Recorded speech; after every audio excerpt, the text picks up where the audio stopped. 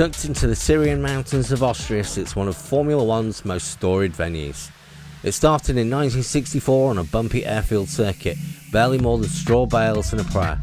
By 1970, it had a real home, a brutally fast sweeping track that separated legends from the rest. Niki Lauda, Austria's own triple champion, remains the only home hero to ever win here. Safety concerns forced a redesign in the 90s, shrinking the track to the A1 ring, then silence, until Red Bull bought the ruins, rebuilt it from the ground up and reopened it in 2011 as the circuit we know today. This year, 2026, marks the 40th Grand Prix held on this hallowed ground, and it delivered. George Russell converting pole into victory, fending off a late race surge from Max Verstappen, with Kimi Antonelli completing the podium in brutal Spielberg heat. 60 years of history, one relentless mountain track. This is the Austrian Grand Prix Review. Hello and welcome back to the Motorsport Files, just after the Austrian Grand Prix. I'm really not sure what you think about it, mate, but I'm going to start by asking you this. Has Russell's win meant that he's now stemmed the flow against Antonelli? What do you reckon? Well, looking at the post-race interview, he is a lot more happy. He's also noted down that he was in an absolute rut and it was the people around him that sort of helped him through it. Looking at it from George's perspective, yes, it was an absolute slam dunk of a race for him. Strategy was absolutely fantastic. Pace was really good. I know he had the controversial double yellow flags that turned out not to be. And he had an absolute blinder of a lap. I think going forward, it'll put him in good stead, especially with the move to Silverstone, his home race.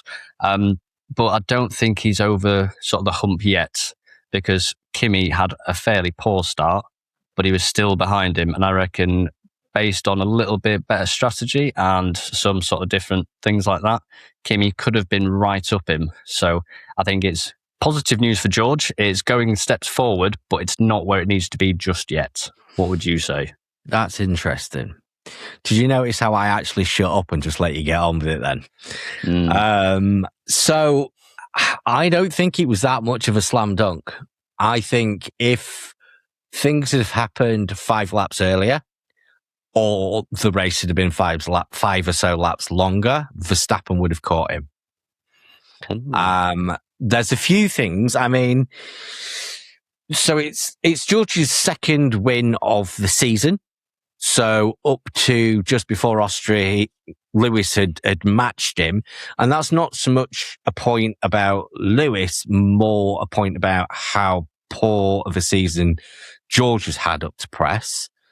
That was his first win since Australia this year. So it's good to see him back on the top step. It's good to see him back in that sort of fighting position. I don't think it was a slam dunk. I think he played the game right to get him into a position where he was just about safe, but he was getting caught. There was a section, I think it was the second stint on the hards, the first time he went on the hards, and he had absolutely no pace. He was going fairly slow, if I'm honest, compared to everybody else. And I think he was really struggling with pace on that. In terms of going forwards, yes, he is back home, granted. He's obviously a Brit on home soil, which clearly worked out well for Max in Austria. The problem is he isn't Hamilton. He doesn't have that same pull in Silverstone that Hamilton does. And Hamilton is also back home. I mean, we'll get on to we'll go into the details a bit later on, but there was an issue with track temperature. There was an issue with the hard tyres for Ferrari. There was an overall pace differential for Ferrari. Again, like I said, we'll go on to that in a bit. And then there's obviously the altitude change. Moving to the British GP, it's very similar in terms of the track type to Barcelona and Austria, to be fair. But more importantly, the temperature and the altitude is also similar. And I think that's going to have a massive effect. So they're not going to be overheating the brakes like they were weekend gone. And they're probably going to have better power It's probably going to be comparable back to Barcelona, I think. From what we know, they're not really bringing any more upgrades to the British GP. There might be a few tweaks here and there, but nothing major has been reported up to press. So I actually don't think Russell is in that great a position. You are right, though. Antonelli was chasing. He had a bit of a ropey start, but he was chasing. I don't think it's going to be plain sailing for George on the British GP. And I will tell you just how much I don't think it'll be plain sailing at the end when we do the predictions. I mean, granted, it doesn't feel right, does it, him getting the pole, despite it being completely legal. He didn't do anything wrong. You know, the data shows he did lift, and it was deemed completely fine, but you watch it, and it's the briefest of lifts, but it's long enough to get him through and to snatch the pole. I was getting really excited that Charles was actually going to get a decent result for a change. And yeah, last half a second, it just disappeared away from him. It's such a shame. I think it was probably for the best, because I noticed there was a lot of Ferrari battling, and some of it was extremely close. I mean, I think Charles actually 3 turns in touched briefly with Hamilton as he was chasing down. And it's just, it doesn't need to be like that at all. Like, you don't go that early on. It's not rookie season. It's not a 16-year-old sort of go-karting track. You're an F1 driver. You really need to just ease up a little bit. But I mean, I think that's one of the issues with Leclerc at the moment. His head's gone. I think there's a lot of sliding around as well. I don't think the car was very balanced. And I mean, it's just, what is going on with him? I thought he'd be up there, but then to finish P8 and possibly be disqualified now, as his car was underweight, I believe. They drained the fuel out and he's 799 kilos. So we'll see what happens with that. That's a rookie mistake, isn't it? That's from more the team than him. Oh, no, from the team. Yeah, no, that's what I meant. Yeah, it's a rookie mistake. Unless it was tyres. Unless he just wore his tyres down so far. Potentially. The tyre deg was horrendous, obviously, with the heat. But, I mean, Leclerc's got 4 points in 3 races. Did he go off that much? I can't actually remember. It was more Hamilton going off wide, to be honest. He was pushing him round. And it's only just when he got past. I think it was one of... can't remember which lap it was. But Leclerc was fighting like mad against Hamilton. And then he pulled into the pits. And it's like, why were you trying so hard? I don't understand it at all. Like, if you're going in the pits, give them some room. Yeah, just get the hell out of the way. I mean, Hamilton was clearly the faster driver of the two all weekend, pretty much. Why he stayed out as long as he did, I don't know. It's probably down to a strategy call, because I know that Hamilton said it was optimistic to have the 2-stop race. He was sort of wanting a three-stop. Just because of the tyre wear, it was horrendous with the warm track. Yeah. But also, it's just, I think we've gone back to, I know it's only just one race, but we've gone back to sort of this lack of communication between the garage and the drivers themselves. And even if they are communicating, maybe the team's not listening enough. Sort of Ferrari's saying, we can do this because this is what the data shows. And the drivers are saying, this is what I can physically do. So let me do it, so to speak. Yeah, there's a definite disconnect between what the computers are saying, and hence the strategy team, and what's actually happening out on track. And they are so slow sometimes to react to what's happening in the now. And that's costing them. That's hurting them. And it is a typical Ferrari trait. They have shown periods of time, I suppose, for want of a better way of putting it, where they have looked better at that, but it is an old habit that's clearly dying hard. I'm glad to see that they are beginning to listen. You know, the car is clearly a lot better this year, and they have shown sparks of actual, I was going to say genius, but that's too far, isn't it? Just better decision making at the end of the day. And they need to get better still at that. It's not the end of the world, though. Although on Charles's side, I mean, that call back to the pits, back to his team towards the end, have we got anything to lose, stopping again, was just heartbreaking. I didn't want to hear that. It didn't really do them much good either, to be fair. His whole strategy was just disastrous. His whole race was disastrous. Well, I think it shows Leclerc's view as well, because he was on a post-race interview. He said he was sort of struggling with the car setup originally, so he used a similar setup as last year. How's that going to work? It's a different car, different wings, different aeros. And I get you'd have it as a baseline. Anyway. Yeah, and you use that as a baseline, fine, but you have to build on that. And he basically had a similar setup as last year, is what he said. How are you clutching at straws like that? It's just crazy. If anything, just nick what Hamilton's doing like he said he would, but he's gone back on that quite quickly, it seems. Yeah, I've got a point on that, actually. So 2025, when Lewis joined, he was driving a car that was effectively tailored towards Charles. You know, Charles had been there a few years. He'd come in. That was kind of Charles' car. Didn't get on with it. Plus, obviously, the other eggs, which he didn't like anyway. This year, it's changed to Lewis. The car has been designed with his suggestions in mind. And it's now effectively tailored a little bit towards Hamilton. So now Charles is on that back foot on a car he's not 100% comfortable with. As to how far away that is from his comfort zone, I don't really know. I'm hoping it's not going to turn into a Red Bull Verstappen era where it just doesn't work for anybody else. I'm hoping that he can get on top of it and get back on top quickly. We've got some races coming up in the calendar very, very soon that really suit Charles. Baku, for instance, I know he's had a few instances in Baku, but he generally goes pretty well around there and he's fast. And I'd love to see him on the top step of the podium. Sorry, not the podium. Well, yeah, no, actually, no, top step of the podium, but also hitting pole in Baku. I'd love to see that. He needs it, and it'd be nice for the team to see that too. He's just got to find a happy baseline, because I don't think he's in a situation like Lewis has been, or like George has been recently for the first 6 months. I don't think he's quite there yet. He's frustrated, yes, but I don't think his head has dropped.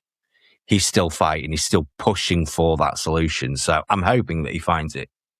No, I think the Ferrari car itself, I mean, I was watching it. It's quite twitchy. Like the back end just keeps stepping out. And I think I was looking on Sky Sports. One of the issues might be that they have to manually open and close the wings. And when they're doing it a little bit late, when they're turning into the corner and then pressing the button, obviously you've got a massive wing open and it's meant to go in a straight line. And I think it was on lap 39 that Hamilton did that. And you see his finger, he thinks he presses it. And then he sort of steps out and he goes, and then he actually slams his finger on it and then it snaps back and it's all right because the wing closes. But I wonder if there's other stuff like that going on with Leclerc. It's almost too much of a complicated system to get the car to behave properly. It's quite twitchy and nervous in a way almost. Put Verstappen in that car, he'd love it probably. Oh, God, yeah. Verstappen loves the twitchy. And which is the complete opposite of what Hamilton wants. He wants like maximum rear end everywhere because he can lean on it and just go, come on, you're going to go around. Yeah, I did notice him mention that actually. And he does need to, or the team need to get on top of that for him to, especially around Silverstone. Actually, yeah, moving forward into Silverstone, he definitely needs a strong back end. They also need a better engine though. So I've learned that the new upgrade, which I thought, oh, great, it's a new engine, it's going to be fantastic, it's going to rip everyone apart. Apparently, it's only about 3 to 4 brake horsepower more. It was only a minor upgrade, which I got so confused at. Like, why are you using these upgrade potentials when you've only got 2 of them and you've used one for a minor development? But I suppose that is Formula One. But maybe it was also the high altitude of it not combusting as well. Do we know that for certain, though? Because teams bring minor upgrades all of the time. They don't need an ADUO to bring those. So were those upgrades just part of the normal upgrade cycle? Or was it part of the ADUO? I would think the ADUO is going to come with something a bit bigger because the whole point of it is based on a power differential between the teams, isn't it? So you would think, one, that ADUO upgrade is going to take a little bit of time to come up with, implement, and design and what have you, and actually get on the car. So that's probably going to take a little bit of time. Post summer break, perhaps. I mean, we've got Hungary, and where's next? Silverstone's next. No. I mean after? After, yeah, there's another one. The Silverstone. I can't. There's another one, and then Hungary. So you got Silverstone. Oh, is it Dutch? No, that's later. Dutch is later. Belgium. Belgium after Silverstone. Yes. So that's probably about enough time for them to get on top of whichever power upgrade they're going to do. There was the altitude difference and the heat, though, which may have affected performance in Austria. I mean, track temp, I believe, was about 60 degrees Celsius, which is insane. And then the altitude as well, which, as you know, obviously reduces overall power as well because the air's thinner. So you don't have as much air in the engine to go boom. So it's a bit slower. Common everywhere, and it was obviously the same for all of them, but it just was very telling for them in Austria. Back in Silverstone, we're a lot lower, so it'll probably be a lot cooler as well. You're probably looking at, I'm guessing, 45 degrees roughly. I think air temp's about 24. It's predicted at for the British Grand Prix. I think they're going to be all right. One thing to mention actually is the upgrades. So obviously Merck's actually got an entirely front new suspension, which will play a massive part in that track, but also Red Bull. How many upgrades did they bring? And what a good car they've now made. They've transformed it.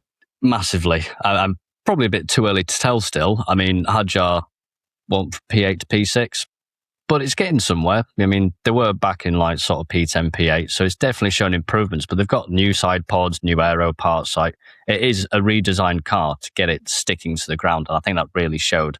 Despite the high altitude, it was doing absolute wonders. And that's similar, actually, for the Red Bull sister team. Lindblad was in the points. What a legend. Do you know what? I've said it before. I actually really like the Racing Bulls car, and I'm liking it more and more. You're right, though. The upgrade package for Red Bull has brought them a hell of a lot closer and definitely into the fight now.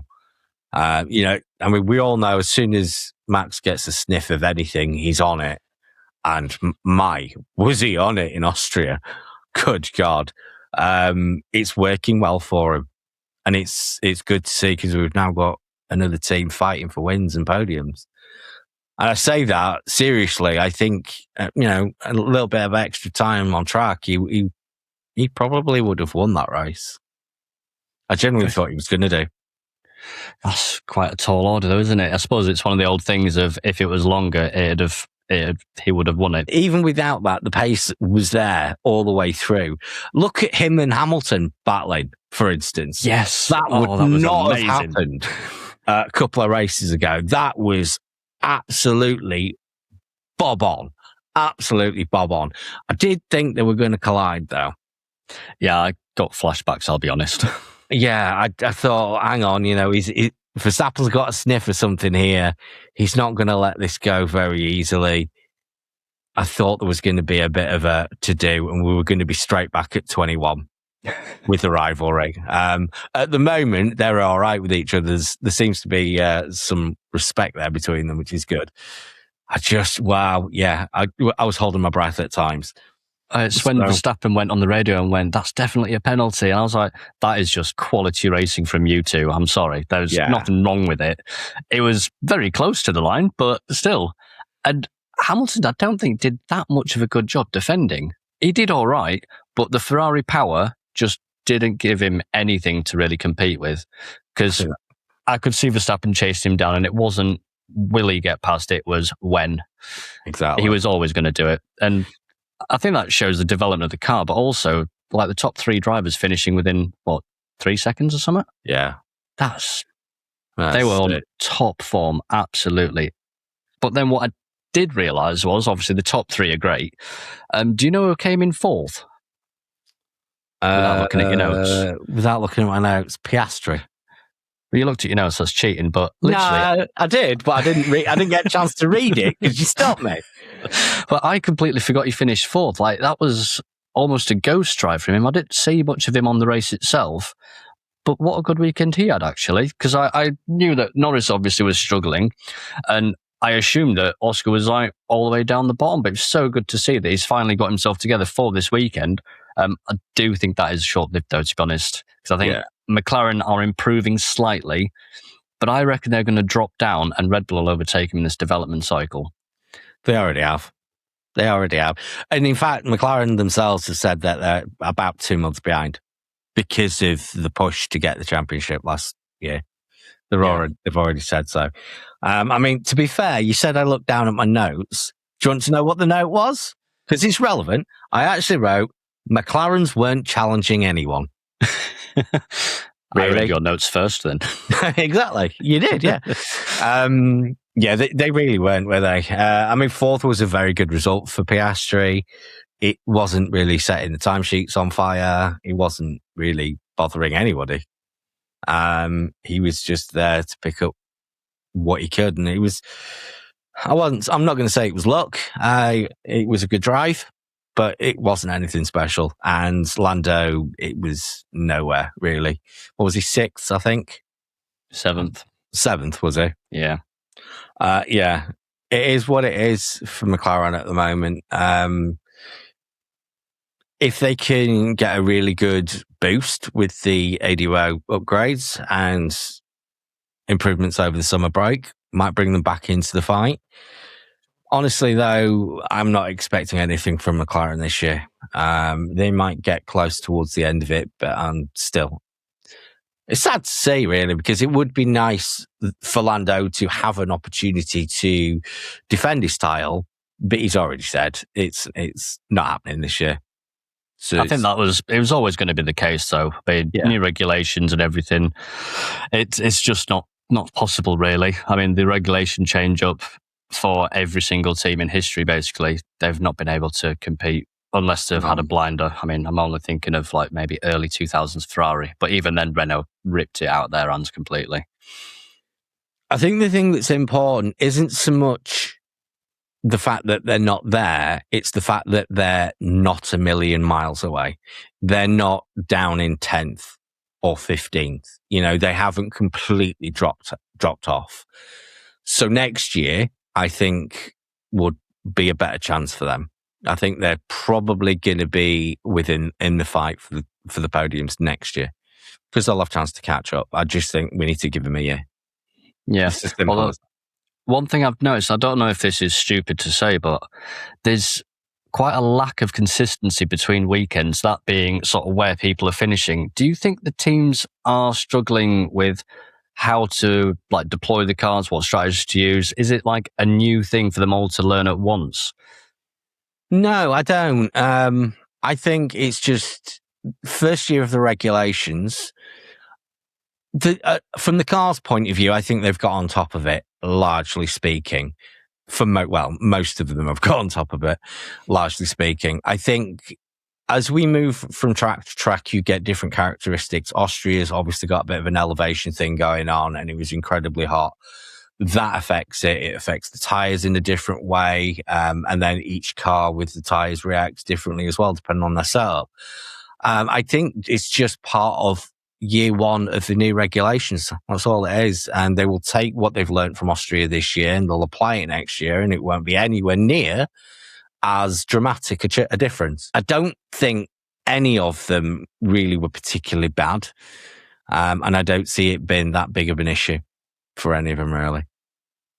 Fair enough. I don't. There are some bottom end issues, but I think that's consistent throughout the year. I don't think that was track specific, to be honest. I mean, the big one obviously was Cadillac. Obviously, still not finished, still not got a point. And this time, I mean, it was great. They were on fire this time round. Oh, no, wait. Yeah, they were actually on fire.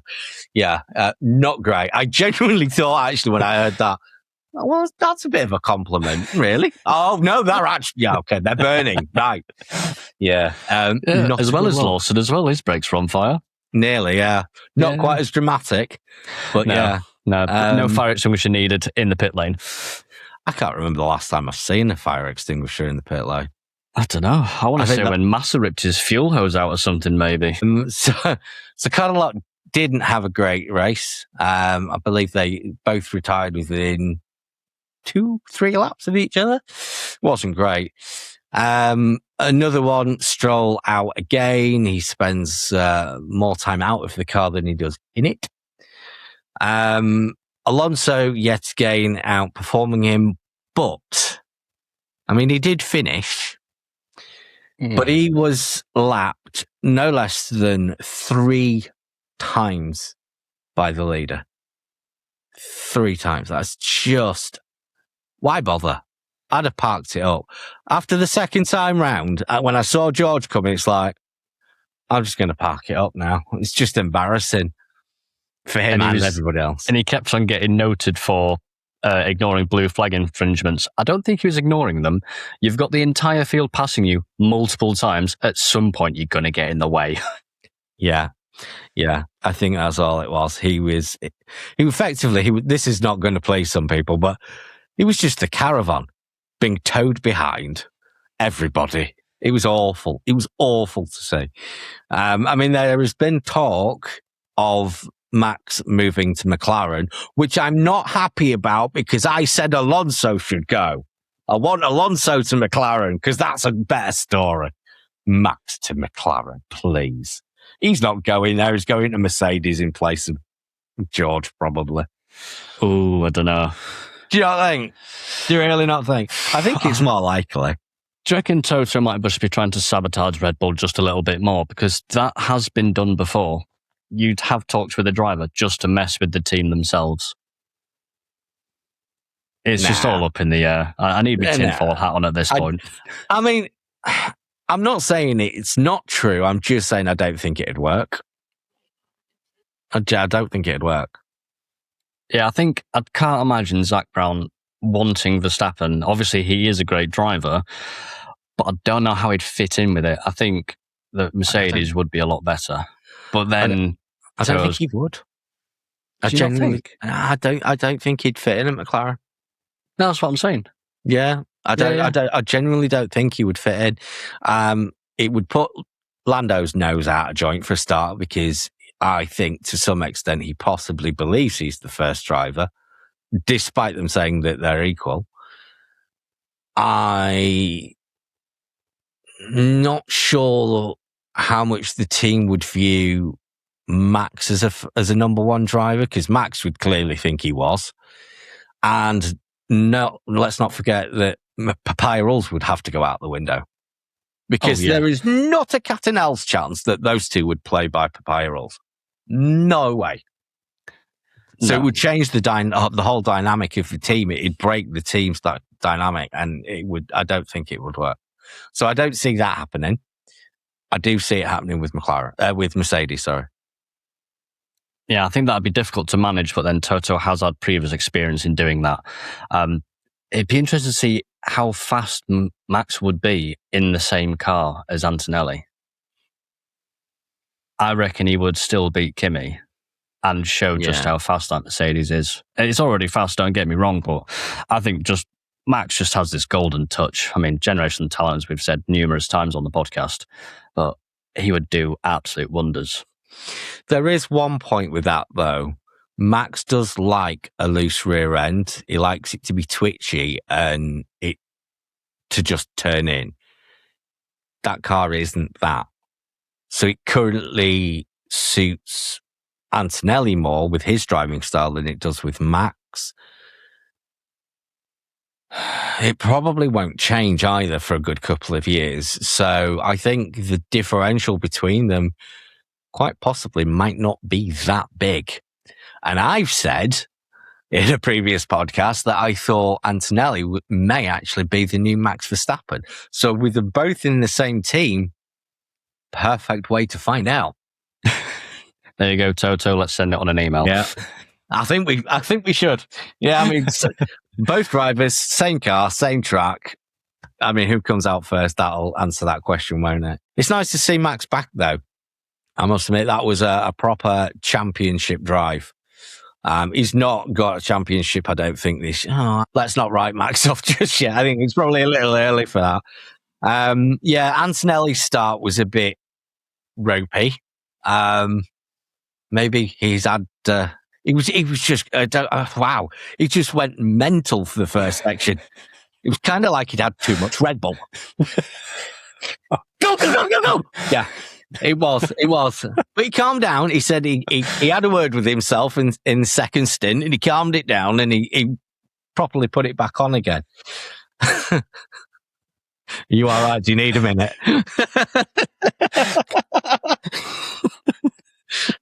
I've taken your own headphones off. Yeah. Don't you dare meme that. I know. That's going straight on. Thanks, mate. That's the first thing I'm doing after this. Yeah. I shouldn't have done that, should I? I'm going to live to regret that. I know. So, should we move forwards then? Yep. Shall we do British Grand Prix predictions? So, unlike the last 4-5 rounds where I've got to this point and go, oh, I've not thought about it. I have this time. And there's a few things to consider. So we are back at home for 3-4 drivers. The biggest one of all has to be Lewis Hamilton. He has won 9 out of the 19 he's entered. So if he wins this time out, that will be exactly a 50% win rate, which is huge. He's got his home crowd, he's got his home fans, and that for him makes such difference. It is noticeable, it's tangible, the difference that makes around that track. So without a shadow of a doubt, and because I think I have to, I'm going to put Hamilton coming in number 1. Second, let me just get to them so I don't get this up. I did toy with this for a while. I'm not going to lie. But on balance, given the upgrades, given his fighty driving style, and given the history, I'm going to put Verstappen in second. And actually, I think Verstappen will clinch the pole. But that's not a thing. And then in third place, I don't know if this might surprise you or not. I know for a fact some people aren't going to like this. Russell is not in my top 3. In third place, I think Antonelli. So Hamilton first, Verstappen second, and Antonelli third. It would seem, like last podcast, you're definitely looking at my screen here, but there is a slight difference. So, oh wow! Obviously, we'll be watching it live. I'll be wearing my Ferrari t-shirt. It's in Britain. Hamilton first, not a problem with that. Also, I toyed with the second place because I was going to put Russell, but then I thought, I think Antonelli might have it over him. So a bit of a wild one. I'm going to put Antonelli for second. Not and then bad. For third, I don't think Russell's going to be in the top 3 either. I put Verstappen. Oh! My hands have not touched my keyboard. Oh, that's interesting. Because actually, for our predictions, what we should have done was actually look at the predictions before, but we'll do that in a minute. It's all right. We were pretty agreed. Yeah, we kind of agreed on the last slot as well. The fact that we debated about the second place as well. Yeah. Yeah. I mean, I did. To be honest with you, it was Antonelli I was thinking for second as well. Ah, well, we clearly need to start thinking different. Well, I don't know. Maybe not. I know, but yeah, I mean, Hamilton definitely first. I couldn't decide which way around I was going to put it. Even beforehand, I still wasn't 100% sure before we started this podcast which way around I was going to go. But I think, yeah, Verstappen second, Antonelli third. But it's interesting that we've picked the same 3 drivers again. That's really interesting. Even more so that we don't think George is going to be in that top 3. Yeah. Well, I'm thinking actually Antonelli will be second as long as he gets a getaway from Max. If there's any battling going on, Verstappen will get second place from Antonelli. There is an outside thing as well. So we've seen what Hamilton and Verstappen are like this year. If they get into it in the first corner, Antonelli might just get a chance to swoop round into first. I really want to see Lando bring a little bit of pace. I don't think he's going to trouble the top three, but I'd like to see him in fourth. Yeah, I was sort of hoping for all three British drivers again in the same season at the home race, but I think that's a little bit far-fetched, to be honest. I do too. And I agree with you. It'd be amazing to see that at home.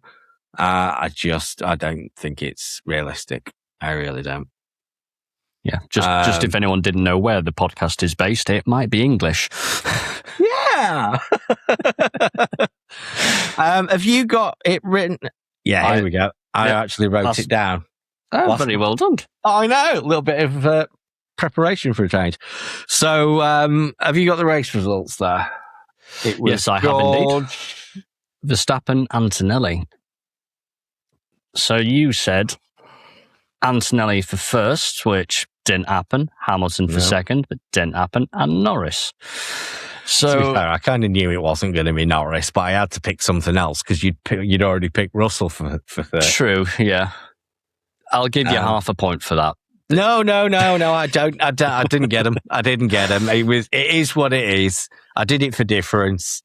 And it's fine. And to be honest, the three that I picked, I don't think were a bad choice. It's just how it all played out. I don't think there was any silly predictions on my part there.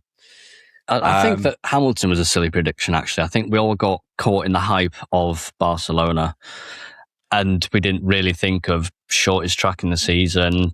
Ferrari might not have the pace on the straights, and the Red Bull Ring is basically a lot of straights and elevation. Yeah, true. Though over the first almost half of the season, Hamilton has actually been consistent with his podiums. We both put him in second, which I think is fair. We didn't pick him for first. We picked him for second. I think that was fair. Yeah, you probably are right that we got a little bit carried away with his win in Barcelona, but he's had, a reasonable amount of second, third, even fourth. So I'm happy with what we did. I mean, you